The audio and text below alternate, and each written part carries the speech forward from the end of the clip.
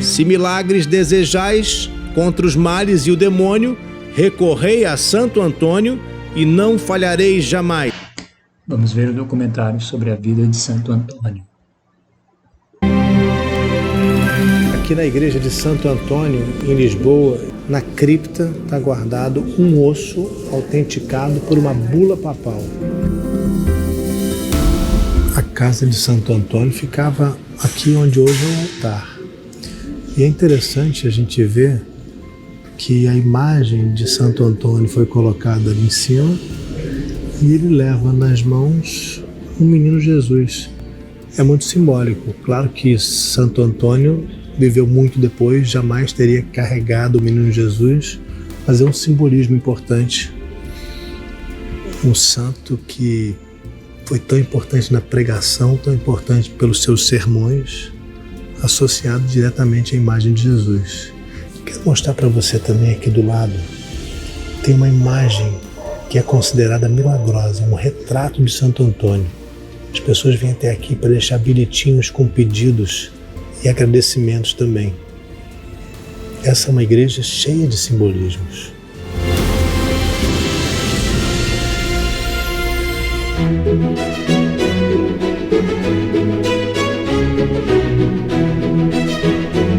Encontrar a pessoa da sua vida, casar para nunca mais se separar, viver um grande amor, morrer de amores.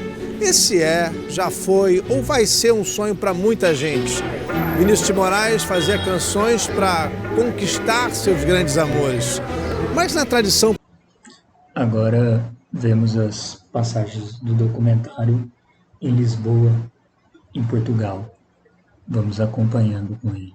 São João é homenageado em todos os anos nas festas juninas. Você já sabe quem é? Eu estou aqui na terra dele. É Santo Antônio, o santo mais popular de Portugal, querido por todo o país e em todo o mundo.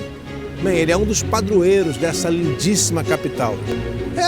O padroeiro da Diocese de Lisboa é São Vicente, mas Santo Antônio recebeu o título de padroeiro principal da cidade. Não iam deixar ele de fora, né? Aqui as raparigas à procura de um bom rapaz para casar têm o costume de virar uma imagem de Santo Antônio de cabeça para baixo, na esperança de encontrar sua alma gêmea. No Brasil a gente sabe, onde Santo Antônio também é muito venerado, né? A gente conhece. São muitas as formas diferentes de simpatias para se conseguir um casamento. Tem a mulher que cola uma fita vermelha no sutiã durante 7 dias. E agora a gente consegue também observar as coisas históricas, né? Porque o Brasil foi colônia de Portugal, Santo Antônio muito famoso em Portugal, muito conhecido, e não podia ser diferente aqui o Brasil ele ser da mesma maneira, né? Que pelos registros históricos, as passagens históricas, né? Fez o nosso país ser a colônia de Portugal, então também fez com que Santo Antônio fosse e seja muito popular no Brasil até os dias de hoje. História e as histórias desse santo que pregava contra os casamentos arranjados, aqueles que aconteciam e ainda acontecem por pura conveniência. Ele queria defender o amor verdadeiro. Santo Antônio defendia o casamento por amor. Mas depois de tudo que eu falei, alguém deve estar se perguntando aí, mas esse Santo Antônio de Lisboa é aquele mesmo lá de Pádua? Rodrigo, você está falando do mesmo Santo Antônio? Todo mundo fala que Santo Antônio é de Pádua, na Itália, e agora você vem dizer que ele é de Lisboa? São 2 santos, então? Ou um santo com 2 cidades diferentes? Calma, você que está fazendo essas perguntas aí, tem um Santo Antônio só, é o mesmo, a quem são atribuídos os mesmíssimos milagres e para quem são feitas as mesmíssimas simpatias. A explicação para essa, digamos, dupla cidadania tem a ver com o fato de que Santo Antônio ficou realmente conhecido por tudo que fez enquanto estava na cidade italiana de Pádua, depois de entrar para a Ordem dos Franciscanos. Mas o menino Fernando de Bulhões, nascido aqui em Portugal, só depois chamado Antônio, nasceu bem aqui, eu disse Portugal não, é nessa rua onde eu estou, numa casa que ficava aqui atrás, do lado da Sé, a Catedral de Lisboa, e colada às muralhas da cidade medieval que existia aqui quando ele nasceu. Sabe quanto tempo faz isso? Quase 1000 anos. A partir de agora a gente vai percorrer essas ruas e saber mais sobre a história desse que é considerado o santo mais internacional que existe, o santo de todo o mundo, como um dia definiu o Papa Leão XIII. Não existem pessoas... Então conseguimos observar que o nome verdadeiro de Santo Antônio era Fernando, né? boas e más, e existe uma frequência que pode criar.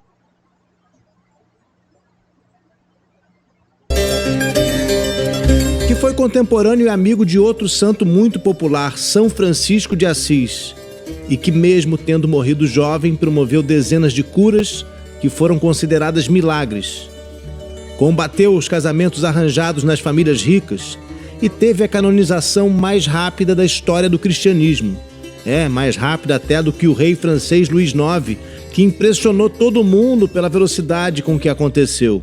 O nome de batismo dele não era Antônio, mas Fernando de Bulhões, filho de uma família rica e nobre. E ele foi educado para ser cavaleiro. Cavaleiro daqueles que montam em cavalo, porque a gente está falando da Idade Média. Plena época das cruzadas aqui em Portugal, quando começaram as expedições de cristãos de diversas partes da Europa, diversos reinos, querendo retomar Jerusalém dos muçulmanos. Jerusalém e outras partes sagradas da Terra Santa. O ano exato em que o futuro Santo Antônio nasceu é motivo de dúvida. Pode ter sido tanto em 1191 como em 1195. Ninguém sabe o que foi feito do registro de batismo, não tem nenhuma certidão de nascimento, mas consta que o pai de Antônio era descendente de Godofredo de Bulhões, o comandante da primeira cruzada portuguesa. Você ouviu bem, o santo era descendente do guerreiro, mas afinal eles entendiam que era uma guerra santa para reconquistar os lugares santos. Só que eu vou te mostrar por que é que Santo Antônio não quis montar num cavalo e preferiu conhecer o cristianismo sem espada, tendo como arma apenas as palavras. A casa onde ele nasceu, ainda com o nome de Fernando de Bulhões, a casa onde Santo Antônio passou a infância, ficava exatamente nessa rua onde eu estou, a Rua das Pedras Negras, que fica do lado da Catedral de Santa Maria Maior, uma construção que já existia naquele tempo, embora não na forma que a gente vê hoje. A catedral, que é a Sé de Lisboa, começou a ser erguida 50 anos antes do nascimento de Santo Antônio e estava ainda em obras no tempo em que ele morreu. A gente está falando de algo que aconteceu há tanto tempo que é difícil imaginar como seria a imagem do jovem Fernando de Bulhões assistindo às missas numa cidade que terminava logo aqui. E toda a grande cidade dos tempos medievais era cercada de muros. Cada acesso tinha um nome. Aqui, por exemplo, ficava a Porta do Mar, que não existe mais. De algumas décadas para cá, com a evolução das tecnologias forenses, pesquisadores do mundo inteiro vêm tentando reconstituir a imagem de santos e personalidades que viveram muito antes da invenção da fotografia. O incrível trabalho de reconstituição em 3 dimensões do rosto e do corpo de Jesus crucificado é um exemplo, pois graças a um esforço como esse temos uma reconstituição do rosto de Santo Antônio. O especialista brasileiro Cícero Moraes fez em 2014 essa imagem a partir de radiografias do crânio do santo português. Então, você está curtindo esse vídeo? Deixa eu te fazer um convite agora. Vem estudar comigo no curso Jesus à Luz da História. Então, observamos que também conseguimos ver a face de Santo Antônio, o que seria o rosto dele, através de recursos da ciência, que atualmente, hoje, com a análise do crânio do próprio santo, nos dá uma perspectiva de como seria a real imagem da face de Santo Antônio. Muito interessante isso, né? E também conseguimos perceber que a sua vida em Portugal foi há quase 1000 anos atrás, e mesmo assim a sua fama nos dias atuais é cada vez maior. E o nome do santo, tão conhecido, Santo Antônio, na verdade era Fernando de Bulhões. Muito interessante vermos essas particularidades desse santo tão querido, tão amado no mundo todo, especialmente em Portugal e também no Brasil, como eu tinha mencionado anteriormente, que a colonização do país foi feita por Portugal. Então é uma herança termos essa devoção tão grande por Santo Antônio. Vamos continuar acompanhando as histórias. Quando Santo Antônio nasceu, Lisboa tinha passado por enormes transformações. A conquista árabe, que tinha começado no ano 711, em apenas 3 anos deixou toda a Península Ibérica nas mãos dos invasores islâmicos, bem, aquele período estava chegando ao fim. As tropas cristãs de Dom Afonso Henriques, que se tornaria o primeiro rei de Portugal, tinham conseguido expulsar os mouros de Lisboa. Era assim que os invasores eram chamados, os mouros. Isso foi em 1147. Os mouros se defendiam aqui nesse lugar histórico de Lisboa, o Castelo de São Jorge, que está aqui atrás de mim, uma fortaleza que começou a ser construída no século IV. Os cavaleiros de Dom Afonso Henriques, com a ajuda de cruzados normandos, alemães, ingleses e flamengos, saíram vitoriosos. Foi uma das primeiras, talvez a primeira Guerra Santa, um termo que foi usado e abusado ao longo da história.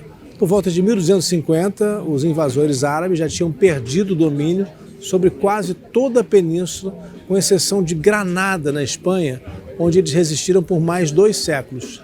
Mas os árabes deixaram muitas marcas. Primeiro, claro, na formação do povo, e também nos costumes, nas artes. Isso mudou para sempre a história da Península Ibérica, Portugal e Espanha, mas particularmente aqui de Lisboa, em construções em estilo mourístico e arabescos que decoram cada canto da cidade. Bem aqui, um pouco abaixo do castelo, perto do rio Tejo, onde ficava uma grande mesquita dos muçulmanos, os portugueses vitoriosos resolveram construir uma grande igreja para marcar a volta do domínio cristão. Essa grande igreja é a Catedral de Santa Maria Maior, a sede do Patriarcado de Lisboa, conhecida também como Sé de Lisboa. É um projeto que mistura estilos arquitetônicos diferentes porque passou por muitas modificações ao longo dos séculos, principalmente depois do grande terremoto que abalou Lisboa no século XVIII.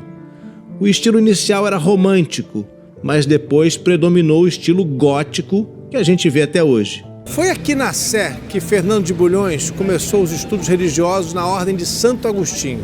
Ainda adolescente, ele foi viver no mosteiro de São Vicente de Fora, também aqui na cidade. A biblioteca do mosteiro era riquíssima e isso aguçou a curiosidade do jovem Fernando, que desde cedo questionava a mediocridade moral, a superficialidade e o que ele chamava de corrupção da sociedade.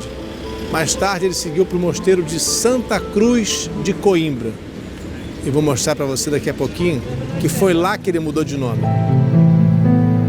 E foi lá que ele entrou em contato pela primeira vez com os primeiros missionários franciscanos que tinham chegado a Portugal em 1217 e estavam a caminho de Marrocos para evangelizar os mouros e provavelmente dar o troco por séculos de ocupação árabe. Fernando de Bulhões decidiu juntar-se aos franciscanos e lá foi ele para Marrocos. Mas ao chegar à África ele ficou muito doente e precisou voltar. Na viagem de volta, uma tempestade arrastou o barco para a costa da Sicília, onde ele acabou ficando por alguns anos até resolver se mudar para o continente. Então aconteceu o encontro que mudou sua história. Ele foi para Assis, no norte da Itália, onde conheceu o futuro São Francisco de Assis e seus primeiros seguidores.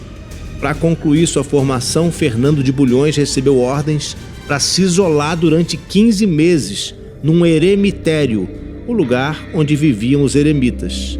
Ali ele se juntou a um asceta, uma pessoa que vivia da maneira mais simples possível, alguém que abria mão de toda a riqueza para se dedicar aos estudos e à meditação. Foi nesse ponto da história que ele adotou o nome de Antônio, em homenagem ao eremita Santo Antão. Terminou aprovado pelo próprio São Francisco e impressionou os colegas de batina por sua simplicidade. Não só pela simplicidade, mas o futuro Santo Antônio chamou a atenção de todos por sua imensa cultura. Certo dia, a pedido do bispo de Bolonha, ele fez um discurso improvisado. Falou em latim e de maneira tão impressionante que a partir dali nunca mais deixou de pregar. Foi chamado a percorrer a Itália, visitando ordens fundadas pelo amigo e mentor São Francisco de Assis. Refluxo, pigarro e muco na garganta. Então, é interessante vermos que os dois santos foram contemporâneos e se conheceram, né? Santo Antônio e São Francisco. Vamos continuar. Só depois da morte de São Francisco é que Santo Antônio veio viver aqui em Pádua, no norte da Itália, a cidade que para sempre se transformaria no seu sobrenome. Seus discursos aqui ficaram muito famosos, atraíam multidões. Chegava a ter aqui mais de 30 mil pessoas para ouvir os sermões, que inclusive foram compilados e são considerados hoje como grandes obras literárias, chamados Sermões Antonianos. Sempre preocupado com a insensibilidade da classe rica que encontrava, tanto em Portugal como aqui na Itália, Santo Antônio dizia para as multidões: há um só corpo e um só espírito, mas o hidrópico, isso é, o luxurioso e avarento, não conserva esta unidade. E é interessante entendermos também percebermos, né, que Santo Antônio falava o nosso idioma português, né? Portugal fala português, o Brasil fala português, ele também falava português. Além de outros idiomas que ele falava também, né, o latim e outros. Ele viveu na Itália uma parte da vida, mas ele falava a nossa língua. É muito interessante. Vamos acompanhando. Aqueles que eram feitos por mero interesse financeiro. E ele falava até de uma tendência de mercantilização do matrimônio. Santo Antônio defendia o casamento por amor verdadeiro. Também consta da sua biografia, ou hagiografia, que é a biografia de um santo, que Santo Antônio teria usado doações que eram destinadas à igreja para ajudar uma moça que precisava conseguir um dote para se casar. Fato ou lenda? Ninguém sabe, mas a história é muito boa, né? Outra tradição associada a Santo Antônio é a da festa, em junho. Essa surgiu aqui na Europa no século XIV. E foi levada para o Brasil pelos portugueses, onde foi fundida com as tradições indígenas e da cultura negra. Daí, juntando com os outros dois santos, surgiram as festas juninas. Santo Antônio morreu no dia 13 de junho de 1231 em Arcela, que fica aqui perto de Pádua. Ao amanhecer, ele desmaiou e, sentindo que a morte se aproximava, pediu para ser trazido para cá, para a pequena igreja de Santa Maria Mater Domini, onde tinha vivido por muitos anos. Já se sentia muito frágil, não aguentou a viagem no carro de boi e não chegou a voltar em vida para essa cidade que para sempre ficou associada à sua história e à sua identidade. Mas o último desejo de Santo Antônio foi atendido e ele foi sepultado aqui na igreja. No ano seguinte, a cidade decidiu erguer uma basílica e a pequena igreja foi incorporada ao projeto. E aí já se vão quase 900 anos. A Basílica de Santo Antônio continua de pé aqui em Pádua, onde atrai fiéis e turistas do mundo inteiro, especialmente de Portugal e do Brasil. 40 anos depois de sua morte, abriram o caixão e descobriram que a língua de Santo Antônio tinha ficado mumificada. Olha só que simbólico, né? O instrumento que ele mais usava em seus sermões e pregações foi preservado. Terá sido um milagre? Coincidência? A língua de Santo Antônio está guardada num relicário aqui dentro da Basílica. São Boaventura, que estava presente na hora da exumação, diz que a língua incorrupta era prova de que a pregação de Santo Antônio era inspirada por Deus. além de grande orador, Santo Antônio foi um milagreiro também. 53 milagres foram atribuídos a ele. Não por acaso ele teve a canonização mais rápida da história do cristianismo, transformado em santo apenas 11 meses depois da morte. Bom, e depois disso, com o grande fluxo de peregrinos que vinham aqui a Pádua para pedir graças, o bispo da cidade decidiu escrever ao Papa Gregório IX para abrir o processo de canonização. Todos os requisitos canônicos foram cumpridos rapidamente e em 30 de maio de 1232 ele foi canonizado. Sabe quanto tempo depois da morte? Menos de um ano. Muitos dos milagres de Santo Antônio são relacionados a problemas de saúde. E um é impressionante: Santo Antônio teria ressuscitado uma menina morta por afogamento. Por tudo isso, mais que santo casamenteiro, ele virou o santo de todos os milagres, como diz o responsório de Santo Antônio. Aqui atrás de mim você está vendo o corpo de uma mártir cristã que veio lá do cemitério de Roma. Foi enviado para cá em 1777 pelo Papa Pio VI. Essa é a mártir Santa Justina. A gente sabe que no começo do cristianismo a religião era perseguida. Antes de ser aceita pelo imperador Constantino, por volta do ano 311, com o Édito de Milão, e depois em 312, aos poucos a religião foi sendo aceita. Antes disso, muitos cristãos morreram em Roma e foram enterrados lá. Bom, esse corpo mumificado trazido para cá seria o de Santa Justina, uma desses muitos mártires cristãos que morreram por defender a religião cristã num tempo em que Roma era pagã, em que o imperador, inclusive, era considerado ele próprio um deus.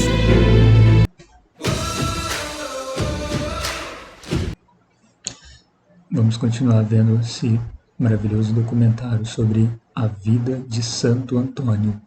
Santo Antônio de Pádua e Santo Antônio de Lisboa, o mesmo santo.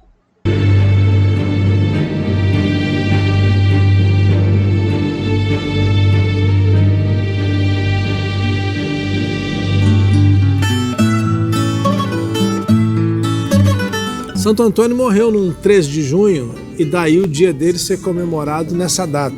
Obrigado. Aqui em Portugal, os lisboetas, né, que também são conhecidos como alfacinhas, eles mesmos se chamam assim, eles gostam de comer sardinha em homenagem ao santo que pregava a vida simples.